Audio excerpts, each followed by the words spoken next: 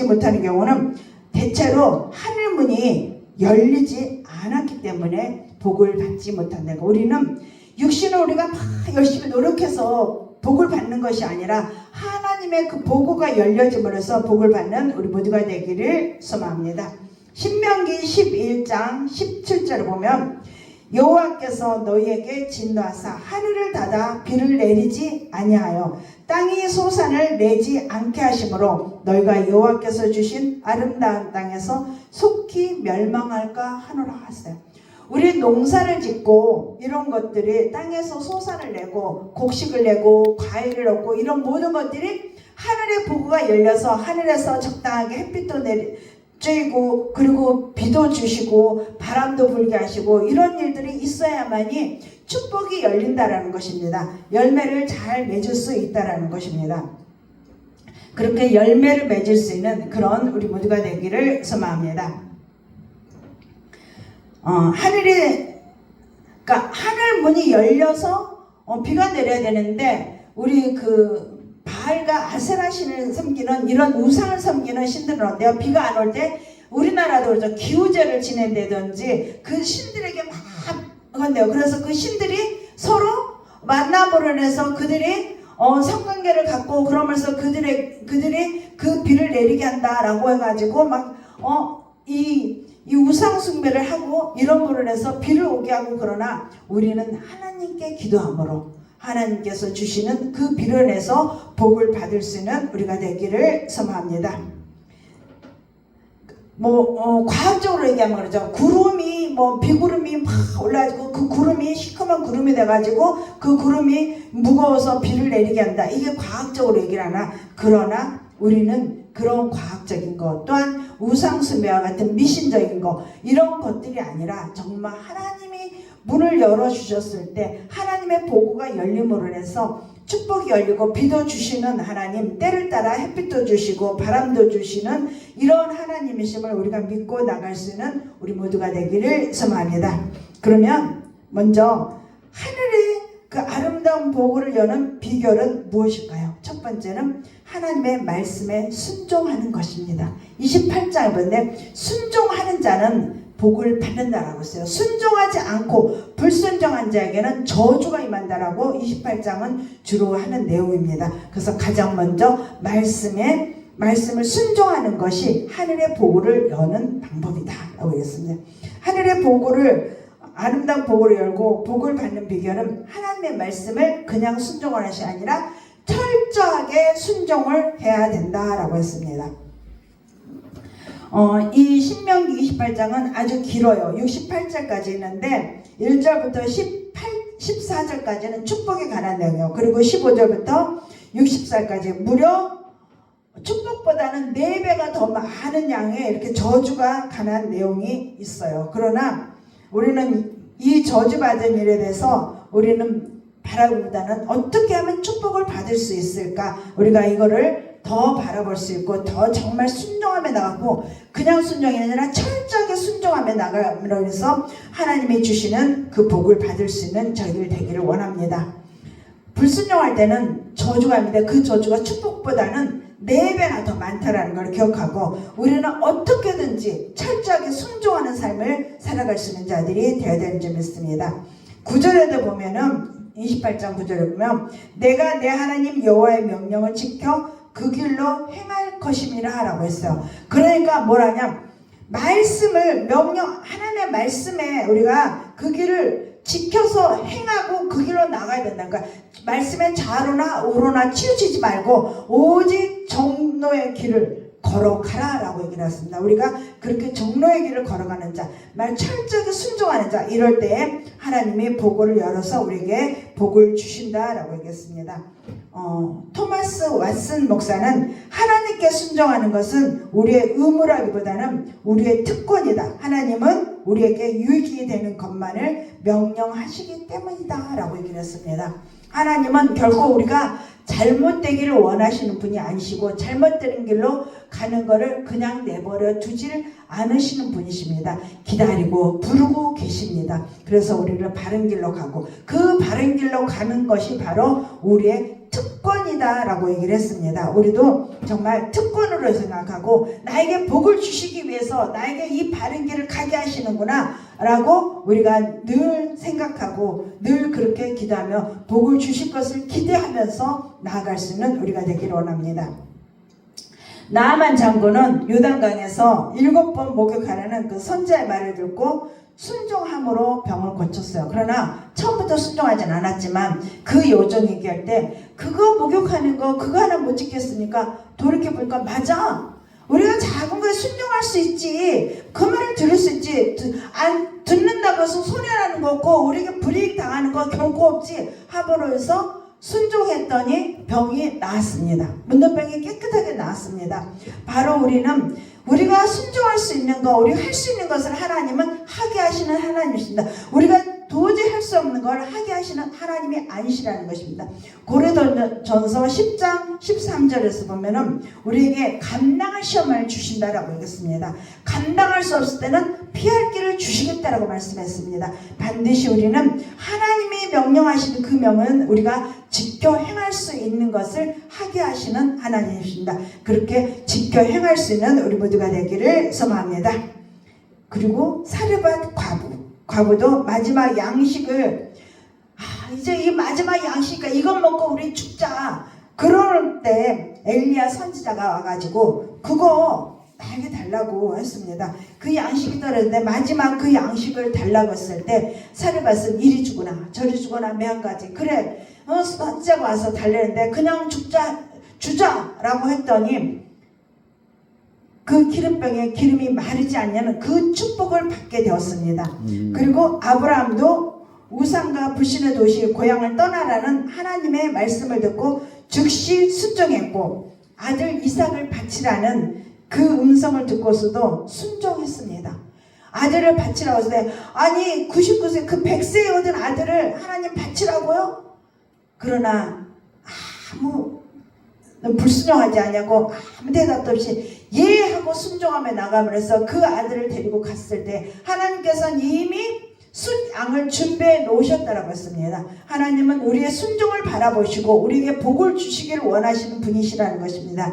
우리에게 할 수 없는 걸 하는 하나님이 아시니라 할 수 있다라고 지켜야하더라고 순종만 하면 예 하고 대답하기만 하면은 다 우리에게 복을 주려고 준비를 하고 있으시다는 주님이십니다. 우리 그 하나님 앞에 우리도 순종하며 나갈 수 있는 우리가 되기를 소망합니다. 베드로도 어떻게 했어요? 그물을 바다에 던졌더니 고기가 안 잡혔어요. 그랬더니 베드로야 고기를 얼마나 잡았냐? 그랬더니 잡지 못했다. 밤새도록 이렇게 그물을 던졌지만 잡지 못해서 허탕치고 조금 돌아옵니다. 그래? 그러면 다시 깊은 데 가서 그물을 던져라 라고 했더니 그대로 순종했어요. 이건 말도 안 되는 거예요. 아니 그물을 다 걷어들였는데 다시 던질 수도 없는 그 그물에 망가지고 이제 찢기고 뭐 이런 그물을 도라기도 보고 만약에 그물을 던져더라도 고기가 빠져나갈 수도 있고 내가 지금 배에서 이 고기 잡는 일을 얼마나 오랫동안 하는데 그러고 안 할 수도 있지만 그러나 그 말씀에 의지해서 내 상식과 내 지식으로는 도저히 아니지만 그러나 말씀하시니 그 말씀에 의지해서 내가 그물을 깊은 데 던졌더니 그물이 찢어질 정도의 고기가 잡혔다라고 하겠습니다. 그리고 예수님이 죽으시고 난 다음에 부활하셨을 때 이제는 예수님 따르던 우리도 다 죽게 생겼고 그냥 거에 가서 고기나 잡고 살자. 옛날에 내 직업 다시 찾아가자 해서 던졌을 때 그곳에서도 주님이 오셔서 얘들아 고기를 얼마나 잡았냐? 고기 밤새도록 했는데 못 잡았어요. 그래 그러면은 배 오른편에 그물을 던져라 라고 했더니 153마리가 잡혔다라고 했습니다. 이렇게 말씀에 의지해서 내 상식과 내 경험은 아니지만 그러나 주님의 말씀에 의지해서 그 말씀에 순종했더니 복을 받았다라는 것입니다. 하늘의 복을 여는 방법은 이렇게 말씀에 순종하며 나아가는 것입니다. 말씀에 의지해서 우리가 그 말씀 따라 순종함으로 인해서 하늘의 복을 열어서 하나님이 주시는 복을 받아 누릴 수 있는 우리 모두가 되기를 소망합니다. 아멘. 그 러시아 소설가인 톨스토이라는 사람 늙은 구두 수성공 마틴의 이야기가 있어요. 이 마틴은 아내와 가족이 죽은 후 한 경건한 오랜 친구에게 앞으로 무엇을 하며 살아가라 하고 절망에 빠져 울부짖었습니다. 그 친구는 하나님 위해 살게 라고 대답했어요. 마침을했어요. 아니 하나님 어떻게 사는 것이 하나님 위해 사는 건가? 그랬더니 그 친구는 얘기하길 그리스도께서 그 길을 보이셨으니 복음서를 사서 읽어보면 자녀는 어떻게 사는 것이 하나님을 위해 사는 것인지 알게 될 걸세. 모든 설명이 거기에 있네.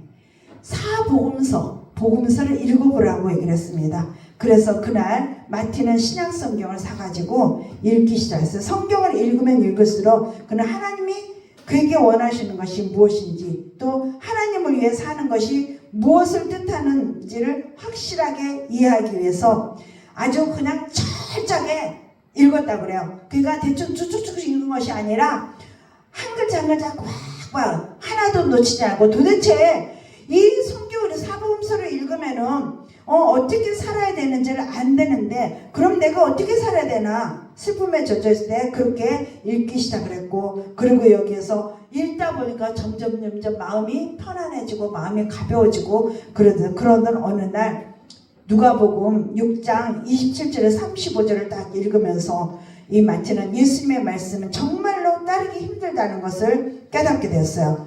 너의 입뺨을 치는 자에게 적밤도 돌이 되며 아니 뺨을 이렇게 쳤는데 그 뺨 다시 반대편 뺨도 때리라고 돌려대래요.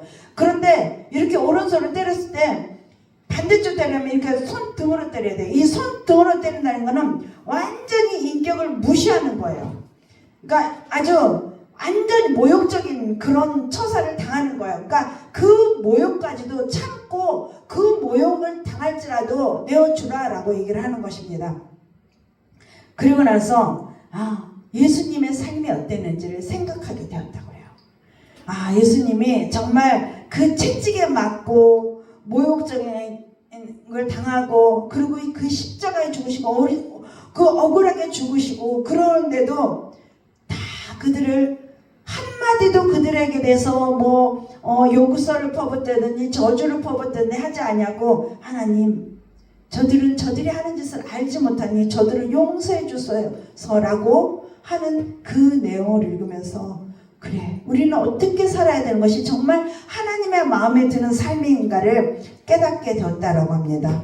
우리도 정말 예수님의 그 말씀을 따라서 살아간다는 것이 참으로 힘들고 어려워요. 모욕을 당했을 때 참지 못하고 분노가 일어나고 내가 저런 소리까지 들어야 돼. 내가 저런 것 때문에 내가 아픔을 당하고 고통을 당해야 돼 하면서 우리도 그렇지만 그러나 이 예수님의 모습을 기억하면서 이것까지도 참아가고 이것까지도 정말 내가 이겨나가야 되는 것이고 그를 위해서 오히려 기도해 줘야 되는 거구나 라고 느끼게 됐답니다. 우리도 그렇게 살아갈 수 있는 우리가 되기를 원합니다. 그런데 이것은 결코 불가능한 것이 아니라는 것입니다. 우리에게 이렇게 저들이 하는 짓을 알지 못하니 저들을 용서해 주세요. 저들을 도와주세요. 라고 기도했을 때 하나님께서는 우리에게 복을 주시겠다라고 얘기합니다. 우리에게 복을 주시기 위해서 이 과정을 거치게 하신다는 것입니다. 우리는 이러한 과정이 있을 때 정말 거쳐갈 수 있는 우리 모두가 되기를 소망합니다. 그러면서 하늘의 복을 활짝 열음으로 해서 하나님이 주시는 복을 받아 누릴 수 있는 우리 모두가 되기를 소망합니다. 아멘. 그 다음 두 번째는 하나님의 것 11조를 바치는 것입니다.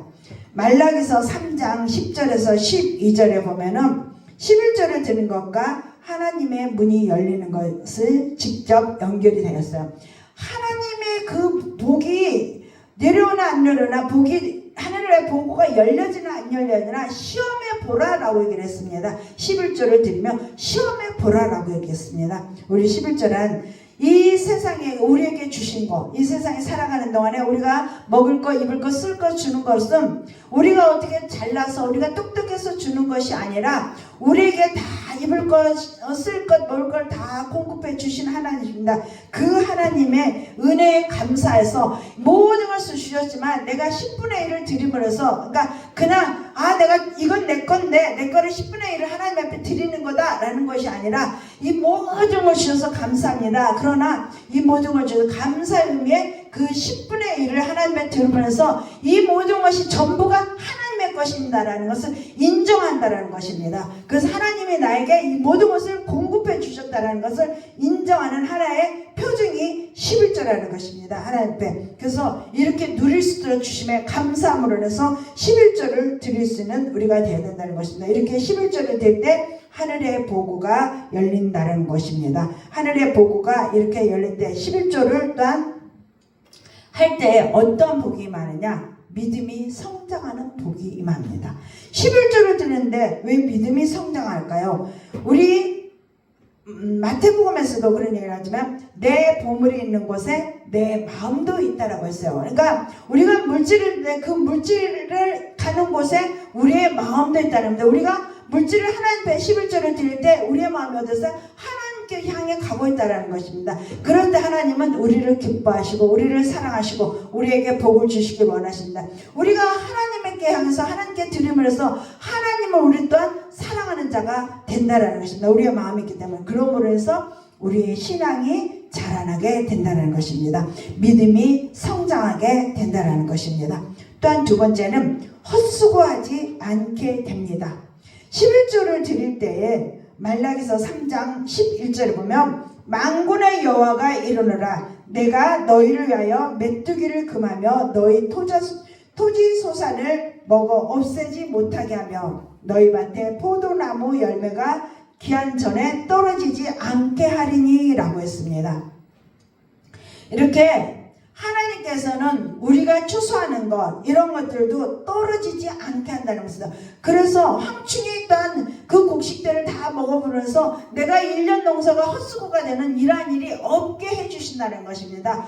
과일 농사도 그렇잖아요. 태풍 한 번 싹 지나가면서 그 과일이 다 떨어져 버리고 이런 일이 벌어지는데 제가 어느 시골에서 장로님 한 분이 그렇게 아주 교회 일에 충성한 분이 계셨다고 그래요. 그런데 태풍이 지나가도 다른 사람들은 과일이 우수수 다 떨어져가지고 1년 농사 만천내 하는데 이 장로님은 과일 농사가 더 풍성해가지고 가격도 더 잘 받고 이래서 그 집은 굉장히 잘 된다고 그래요. 그런데 이 사람이 어떤 일을 했냐? 묘목나무를 파는 일을 했다고 그래요. 그 묘목나무를 파는데 사람들이 묘목나무를 좋은 걸 가져가고 싶어 하잖아요. 근데 이 장로님은 주인들은 어때요?